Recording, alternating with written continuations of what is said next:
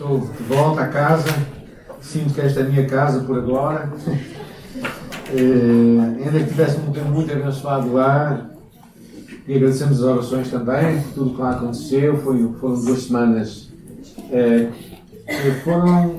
passaram bem, mas também desafiantes, não é? Aqueles que acompanharam no primeiro dia. Nós chegamos um sábado, no domingo, logo no domingo houve um rapaz que faleceu afogado lá no mar, e era um dos rapazes que tinha se batizado um ano atrás. O irmão dele estava lá a batizar-se naquele dia.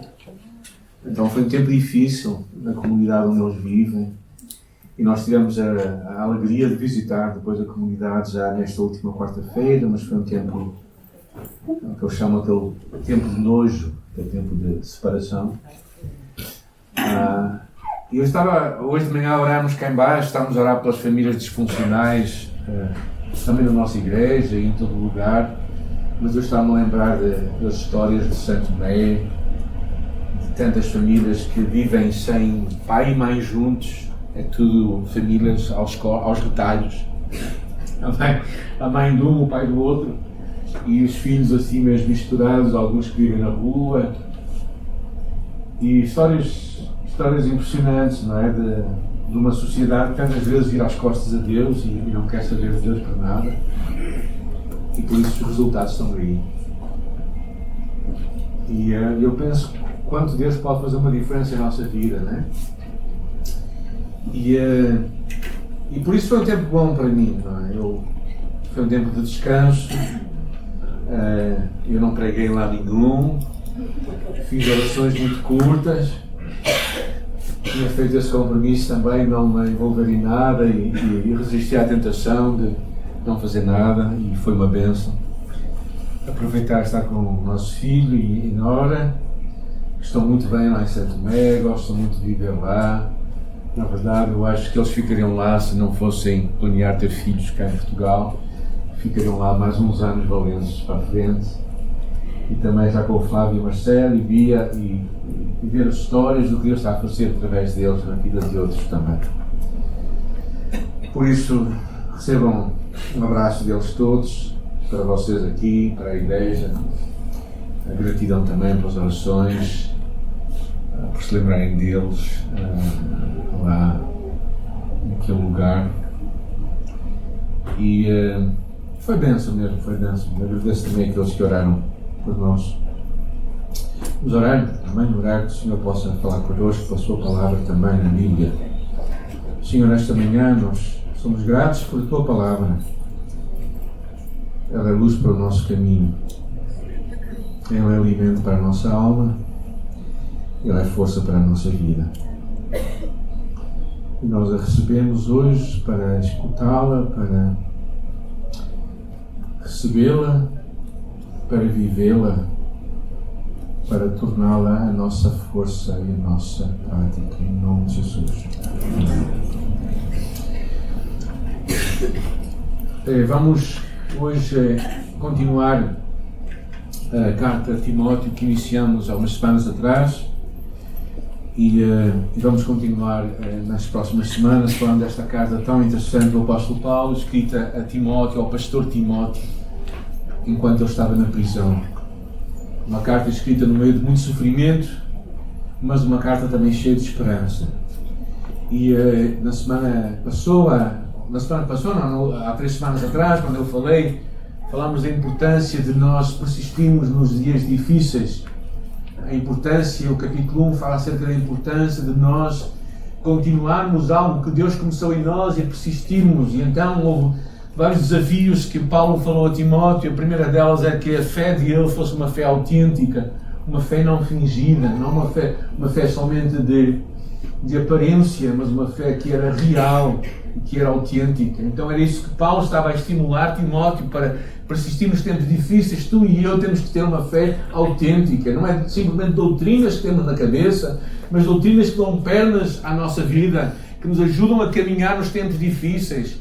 Então a nossa fé tem que ser uma fé, não uma fé simplesmente de um livro que nós acreditamos, mas uma fé que nós verdadeiramente praticamos no dia a dia. Não é uma fé de domingo, mas é uma fé de todos os dias. A segunda coisa que falámos foi a importância de nós usarmos as capacidades, os talentos que Deus nos entregou.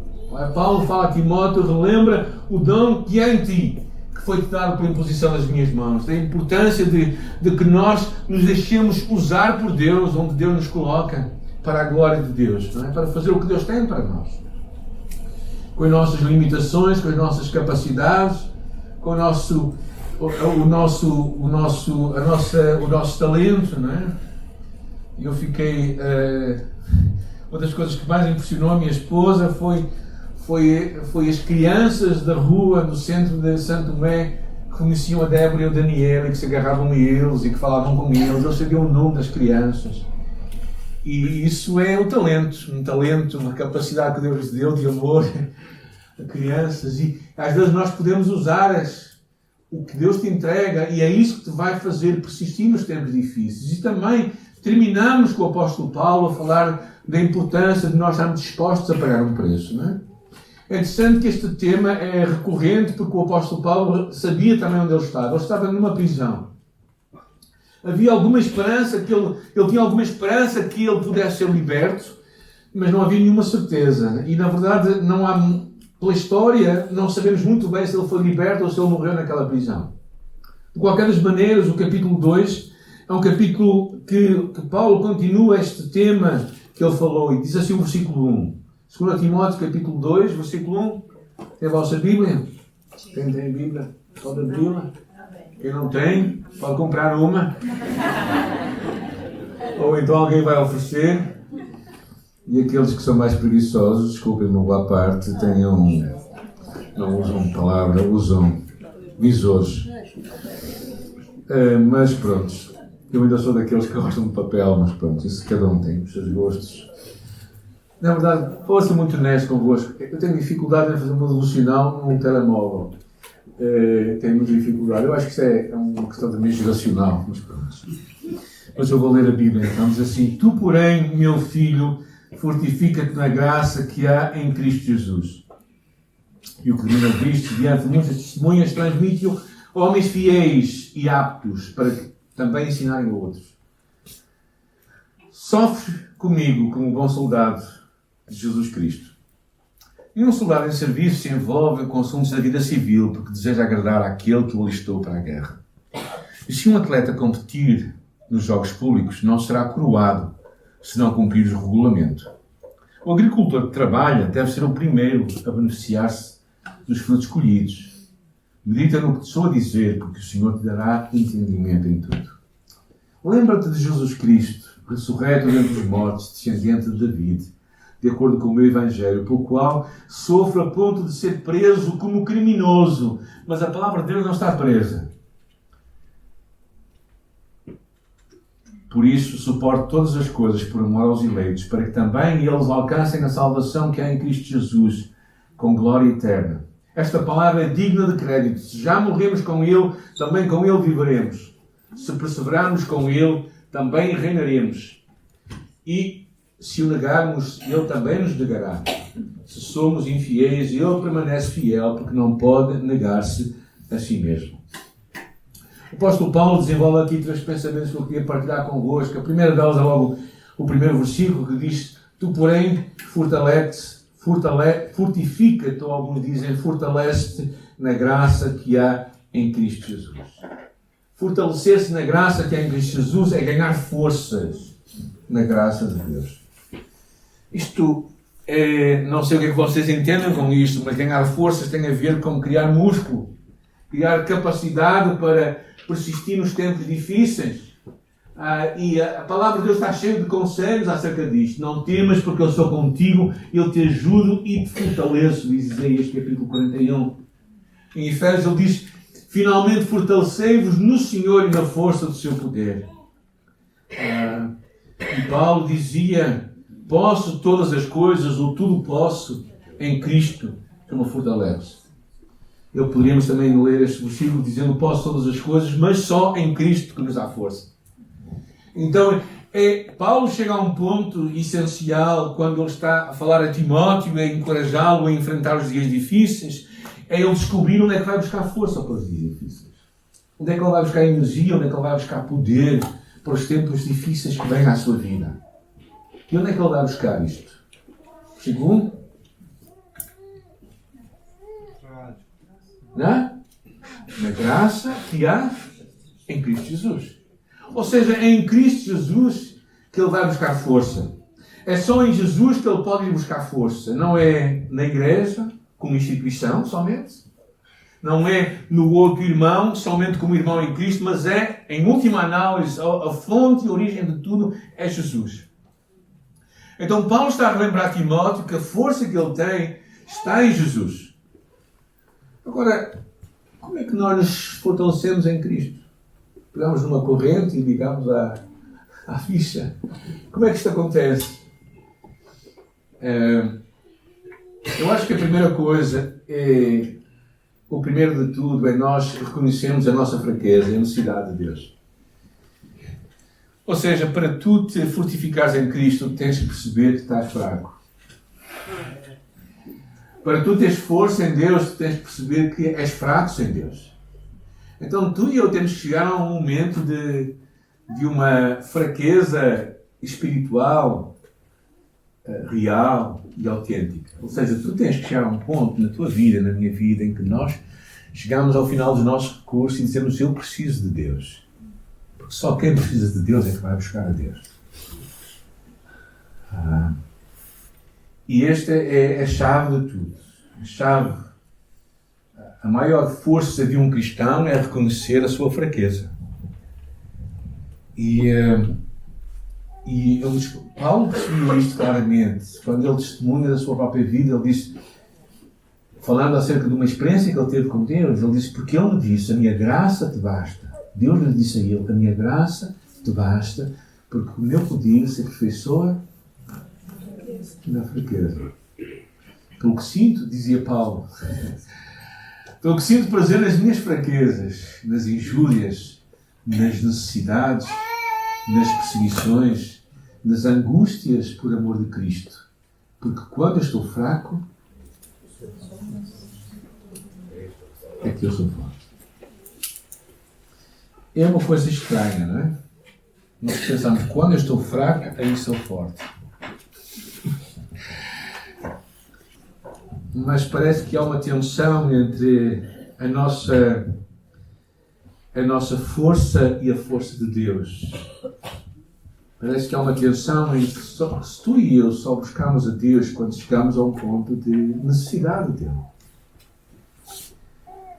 E o apóstolo Paulo percebia isto, não é? A primeira coisa que para nós nos fortificarmos em Deus é reconhecermos a nossa fraqueza. É tu e eu chegares a um ponto na tua vida e na minha vida em que eu reconheço que eu preciso dele. Porque enquanto eu não precisar dele, eu vou fazer o que eu vou poder fazer. Ou seja, quando é que eu oro? Quando eu não consigo resolver meus problemas. Muitas vezes nós só chegamos ao ponto mesmo de orarmos a Deus quando nós estamos realmente com dificuldade em que nós não conseguimos andar. E claro, queira Deus que alguns de nós sejamos mais sábios em orar neste momento. Mas todos nós precisamos de aprender a reconhecer a nossa fraqueza para que o poder de Deus se mostre. Como é que nós nos fortificamos em Deus? O segundo pensamento, eu acho, que é a ideia de nós estarmos ligados a Jesus. 24 horas por dia, 7 dias por semana. Eu coloquei ali uma planta. Quantas horas uma planta passa na terra para receber os nutrientes? Quantos dias da semana ela passa ligada à terra? Todos os dias. Quantas horas? Todas as horas. A chave de uma vida em Cristo é nós estarmos ligados a Ele 24 horas por dia, 7 dias por semana. Claro que às vezes nós dizemos: bem, hoje eu venho cheio de energia, Deus falou comigo na igreja. Tudo bem, mas a verdade é que o segredo para que Deus continue a falar contigo é tu ouvires Deus cada dia, a cada momento. Então esta ideia de estarmos ligados a Jesus é verdadeiramente a chave para tu e eu crescermos. Uma planta não tem que decidir assim: eu vou crescer, eu vou crescer, eu vou crescer. Não, o que a planta tem é que estar ligada à terra, aos nutrientes, e ela vai desenvolver-se. Então é importante tu e eu percebermos que temos que nos alimentar de Deus a cada dia. A terceira coisa não é somente saber, mas é nós aprendermos a viver as promessas de Deus. Não somente acreditar aqui, mas acreditar aqui nas nossas pernas. Realmente acreditarmos que aquilo que Deus fala é verdade e vivermos aquilo cada dia. Quantos dias é verdade o que Deus fala? Eu sou o bom pastor. O bom pastor dá a vida para as suas ovelhas. Quantas vezes é verdade?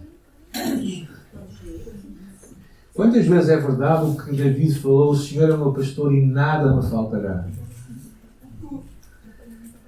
Quantas vezes vocês acham que isto não é verdade?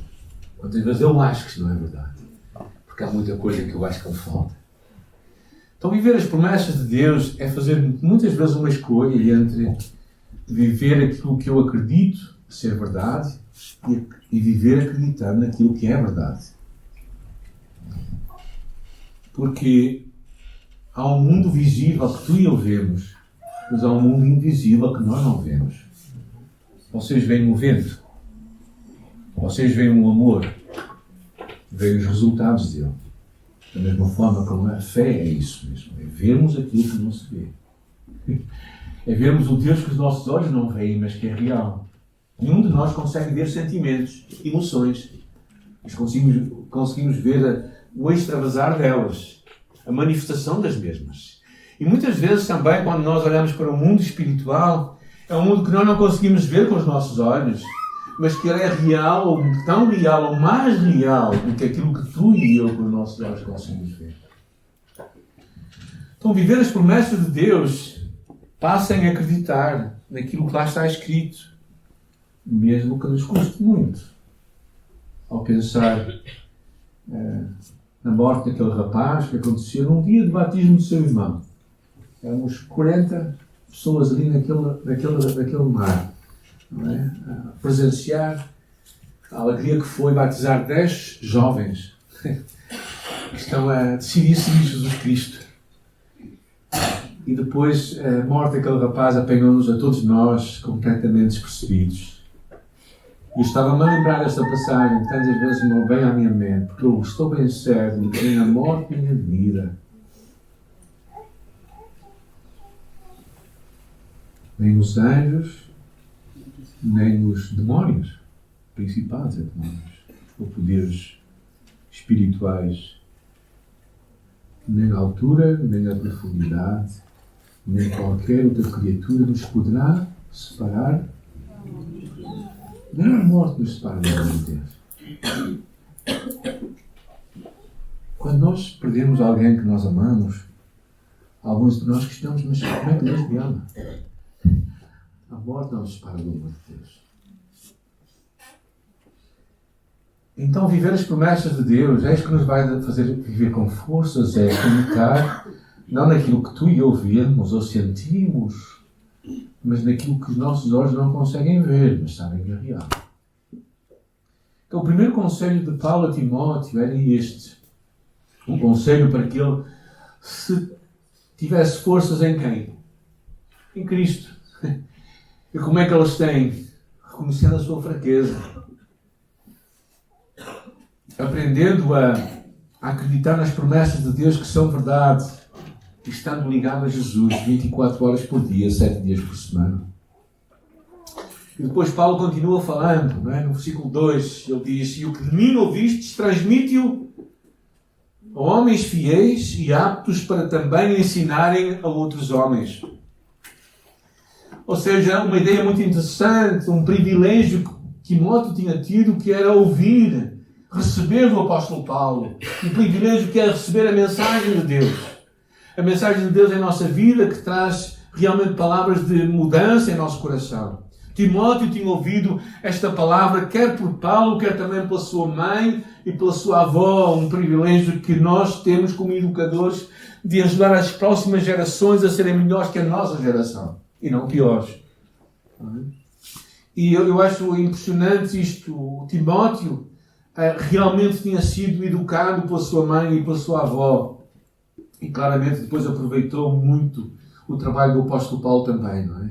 Jesus falava: alimenta-te não da comida que parece, mas daquela que permanece para a vida eterna. Ou seja, há um alimento espiritual que vem da palavra de Deus, que nos ajuda a conhecer a Deus, que nos ajuda a crescer em Deus, que nos ajuda a avançar na nossa caminhada com Deus, que nos ajuda a alimentar a nossa alma. Não o nosso corpo, que nós conseguimos alimentar com a comida do dia a dia, mas aquele corpo que está cá dentro, aquela alma que está cá dentro, aquele espírito que está dentro de nós e que precisa de um Deus, que precisa de um relacionamento com este Deus. Como Jesus falou: vinde a mim todos que estáis cansados e abatidos, e eu vos aliviarei.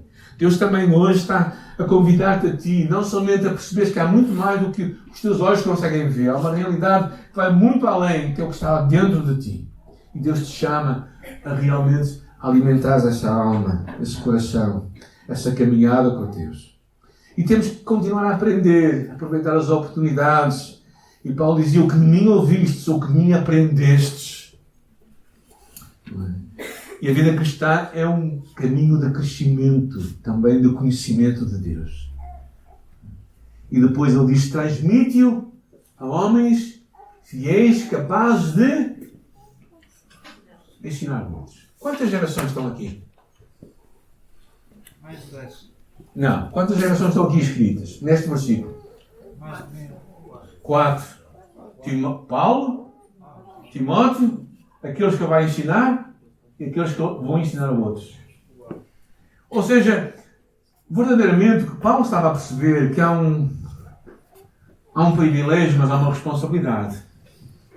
Uma responsabilidade de nós não guardarmos a boa mensagem para nós, mas discipularmos alguém. Quem é que tu estás a discipular agora? Quem te estás intencionalmente a ajudar a crescer na fé?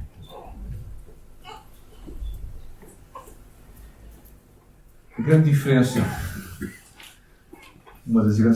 em Israel existe um mar chamado Mar Morto. É um mar que não tem vida. Sabem porquê que não tem vida? Porque é um mar que recebe água, mas não, ela fica ali parada. Há muitos cristãos também que acham que a fé é só para eles. Mas a fé não é para eles. A fé é para nós recebermos e para nós partilharmos. Então eu quero te encorajar a orar por alguém. Orares por um Timóteo. Por alguém que Deus põe na tua vida. Que tu vais investir na tua vida. Tu vais orar, tu vais dispor do teu tempo, da tua energia, do teu entusiasmo, para ajudar aquela pessoa a crescer em Jesus. Nós somos responsáveis pelas próximas gerações. Não é? Às vezes nós temos palavras não de bênção, mas quase de maldição para as próximas gerações, mas eu acredito que Deus pode levantar uma geração melhor do que a nossa, se nós deixarmos uma semente melhor do que aquela que nós recebemos. Eu creio que nós temos essa semente. Nós temos o poder de Deus para mudar a vida das próximas gerações.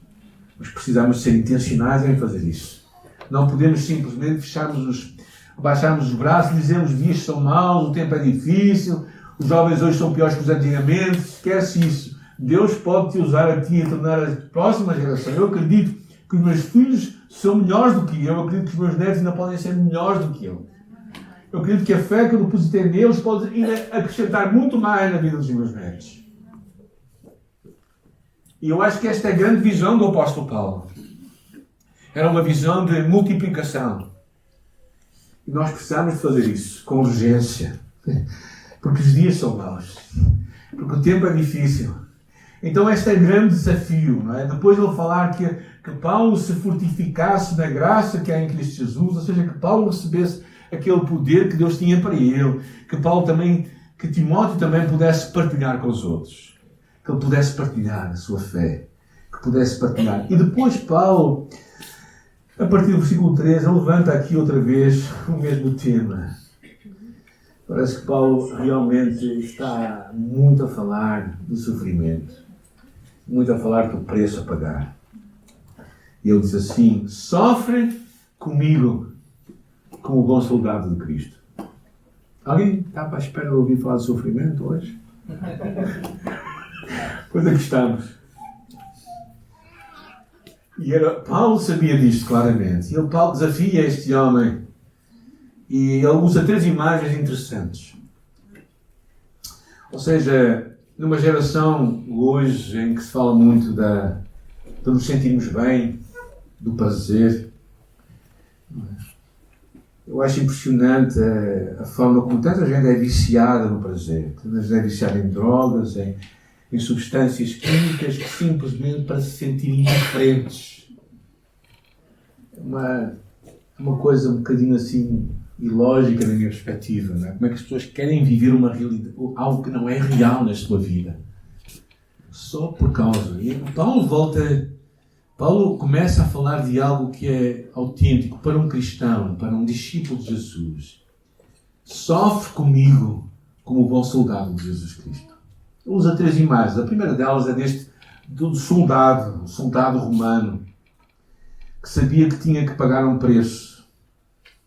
Sabia que tinha um propósito na sua vida, e o propósito dele era agradar, porque os soldados, para serem romanos, eles tinham que ser recomendados por alguém. Então, parte do propósito da vida daquele soldado era trazer um bom nome à pessoa que o recomendou para aquilo. Então, Paulo estava a dizer a Timóteo: sofre como um bom soldado de Cristo. Não é? Ou seja, tu vê lá o que vais fazer com a tua vida. Claro que há muitas ideias que tem aqui. Paulo, eu acho que está a falar da importância. Primeiro, ele fala agradar aquele que listou para a guerra. Ou seja, havia um propósito dele, um propósito que era não o seu benefício pessoal, mas um propósito de obediência e de agradar à pessoa que o tinha alistado na guerra. A segunda imagem que ele usa é uma imagem de um atleta. E certamente nesta altura já havia os Jogos Olímpicos. Os atletas que eram treinados diligentemente durante 10 meses, que se preparavam para aqueles jogos que aconteciam. Durante 10 meses eles davam do seu tempo. Eu acho impressionante quando ouço testemunho de pessoas que se preparam para as Olimpíadas, a forma que tantas vezes altruísta e sacrificial, como pessoas depois de um dia de trabalho ou de escola, retiram horas e horas e horas e horas para se prepararem para um momento que vão ter naquela vida. Não é? E aqui há uma ideia também. Claro que a pessoa tem que seguir regras, uma pessoa tem que trabalhar, tem que estar determinado para aquilo que tem diante dele. E a terceira imagem que ele dá aqui, versículo 6. Alguém pode ler o versículo 6? O agricultor que trabalha deve ser o primeiro a se beneficiar dos frutos colhidos. O agricultor que trabalha.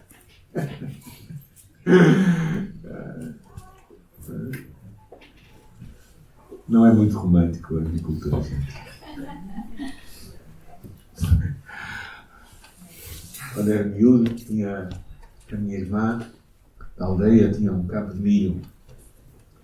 E às 5 da manhã nós tínhamos que nos levantar para ir apanhar o milho. Não era muito romântico, gente. Não era muito romântico. Era muito romântico estar ao sol, a trabalhar o campo. E muitas vezes olhando e não sabendo o que vai acontecer, não é? Fala-se lá em São Tomé, a gravana é o tempo que vem agora, de seca. Se a gravana vier fora do tempo, lá se vai o trabalho todo de um ano. Um homem que eu ajudo, um amigo meu, pastor em Moçambique, que eu ajudo, tantas vezes me fala de como estava tudo bem preparado e de repente vem chuvas, o rio Zambeze enche e lá se vai tudo com a água. Mas a determinação, o sacrifício, o trabalhar duro, a paciência para esperar o fruto. O que é que estas 3 imagens nos dão? Eu acho que nos dão claramente que o sucesso de uma caminhada com Deus vem não por muitas emoções, gente. Muitas vezes vem por uma obstinada determinação de seguir Jesus. Vem por uma decisão que tu e eu tomamos: eu vou seguir e não vou voltar para trás. Não vou voltar para trás. Há problemas, dificuldades, lutas. Mas eu não vou olhar para trás, eu vou olhar para a frente. Porque tantas vezes, se for a seguir o nosso coração, nós estamos aonde? Estamos lá atrás, como a mulher de Ló, que seguindo o seu coração voltou para trás. Mas há claramente o que Paulo estava a falar, para ele sofrer como um bom soldado, como um atleta, como um agricultor, ele tem que estar determinado nesta caminhada, tem que estar determinado no trabalho que está a fazer. Ou seja, ele tem que saber que é um trabalho árduo, algo que tem que ser determinante, ainda que Deus esteja por cima de tudo, ele tem que fazer a sua parte, porque Deus não vai fazer a tua parte. Não vale a pena pedir a bênção para o cultivo que tu não fizeste. Entendes? Se tu não estás disposto a cultivar, não vale a pena pedir a bênção de Deus. Porque a bênção de Deus só vem segundo aquilo que tu cultivaste. Mas o que também vem nas 3 imagens é a determinação e um alvo, uma causa que eles tinham. Uma causa final. E eu penso que Paulo que estava a falar claramente era a tua causa, a minha causa é sermos como Jesus. E ele aqui é muito interessante, a forma como ele, de uma forma tão interessante, ao mesmo tempo tão abrupta, no versículo 8 ele diz: lembra-te de Jesus Cristo, ressurreto dentre os mortos, de acordo com o Evangelho. Ou seja, a primeira coisa que nós temos que pensar é que o que está acontecendo na nossa vida vem por causa de Jesus. Pensemos em Jesus, condenado à morte como um malfeitor, objeto, punido pela ira de Deus, a fim de que a sua ira não caísse sobre nós. Jesus Cristo, Filho de Deus, cuja vida, morte e ressurreição tornou possível para nós sermos seus discípulos. Se houvesse um caminho mais fácil, um caminho sem ser uma vida consagrada a uma causa, a uma paixão para a obediência a Deus, Cristo nos teria mostrado. Mas o que Ele nos mostrou foi um caminho de estarmos dispostos a morrer para nós próprios, para que Deus possa viver em nós. E depois Paulo também se coloca como um exemplo. Ele depois diz logo a seguir, não é? Ele diz: pelo qual eu sofro a ponto de ser preso como criminoso, mas a palavra de Deus não está presa. Por isso suporto todas as coisas por amor dos eleitos, para que também eles alcancem a salvação que há em Cristo Jesus com glória eterna. Então, claramente, o que Paulo está a mostrar-se aqui é que esta chamada a uma vida consagrada, a uma causa, temos 2 bons exemplos. O primeiro é Jesus Cristo, o Filho de Deus. E o segundo é o próprio apóstolo Paulo, que se dá como exemplo. Que diz: olha para a minha vida, vê de onde é que eu estou. Vê de onde é que o Evangelho me levou. Onde é que levou? À prisão. Ou seja, e porquê? Por causa do poder do Evangelho, que é o poder de Deus para a salvação. Então Paulo estava verdadeiramente consagrado a esta causa, porque acreditava que a sua causa valia a pena. Quando uma mãe ou um pai educam um filho e fazem tudo por ele, é porque acham que aquele filho merece aquilo. Ou porque ele acha que aquele sacrifício que eles podem passar por aqueles filhos no final vai recompensar. Nós vamos olhar e dizer assim: valeu a pena. Valeu a pena o meu investimento, o meu trabalho, aquilo que eu fiz.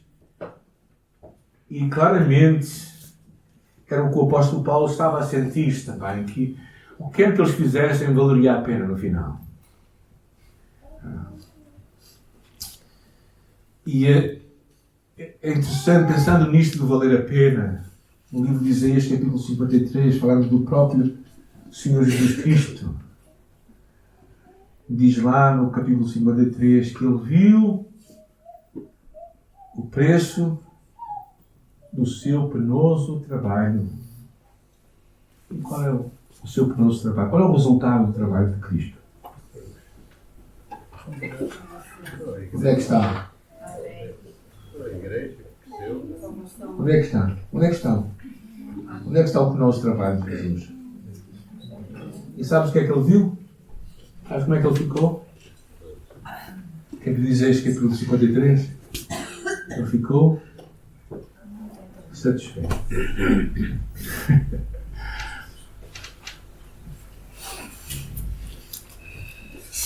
Eu não sei se tu olhas para a tua vida e se tu achas que Cristo está satisfeito contigo, mas Ele está. Talvez tu próprio não estejas. Não há coisas. Não estou a falar que nós somos perfeitos ou que somos. Mas quando Cristo olha para ti e olhou para mim, quando Ele viu que o resultado seríamos a nossa salvação, então Ele pensou assim: vale a pena. Por aquela gente vale a pena.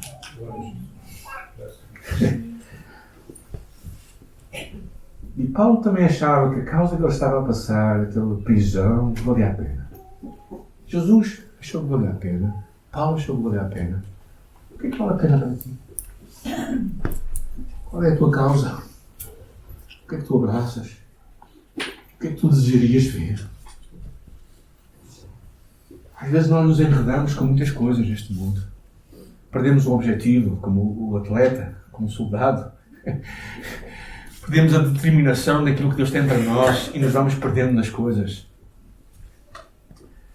Em vez de sermos um agricultor, passamos a ser pessoas que ocupam o seu tempo quando o sol é pouco, quando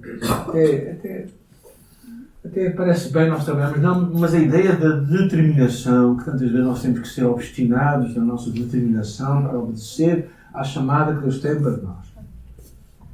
E depois aparece aqui uma música. Versículo 11 e versículo 12 era uma música que se cantava na igreja. E pensa-se que era um hino. E esta palavra é digna de crédito. Se já morremos com Ele, também com Ele viveremos. Se perseverarmos, também com Ele reinaremos. Se o negarmos, Ele também nos negará. Agora reparem o final, como é que ele termina. Se somos infiéis, Ele permanece fiel, porque não pode negar-se a si mesmo. É muito interessante tem duas formas positivas e duas formas negativas, não é? Mas o que percebemos no final é que a fidelidade de Deus para nós não é condicional à nossa fidelidade para com Deus. O que nos é alegrar a alma, não é? Porque nós nem sempre somos fiéis, mas Ele sempre é fiel. E por isso eu quero te encorajar neste dia, olhando para a tua vida, a cresceres como discípulo de Jesus. Estás determinado na tua vida. Primeira coisa, a fortificar-te em Jesus, em Deus.